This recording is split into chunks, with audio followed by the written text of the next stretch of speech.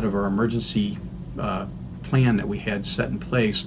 We were supposed to do a practice run in May and try out the new plan. So it just so happened we had to start it in April for real.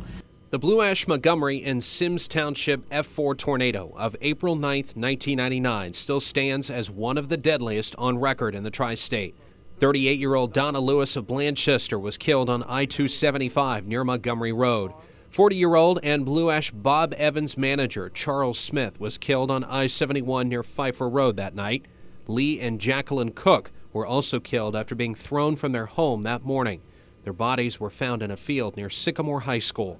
The tornado was roughly 270 yards wide as it came through the residential community across from Sycamore High School. The one thing that really impressed me was a gentleman that I knew for years by the name of Bob Young. He'd been on our department since the early 70s.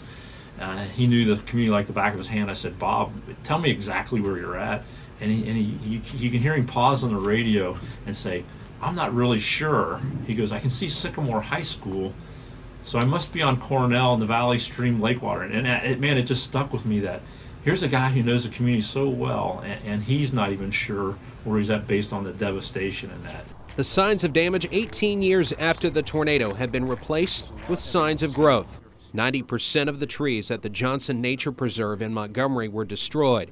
If you look carefully, you can see trees that began their life around the time of the tornado growing through the trees pushed over by the storm. There are also plants growing near the tornado's path that were not there prior to the tornado. The wind that night dispersed seeds through the air, and some of those turned into plants here at the preserve.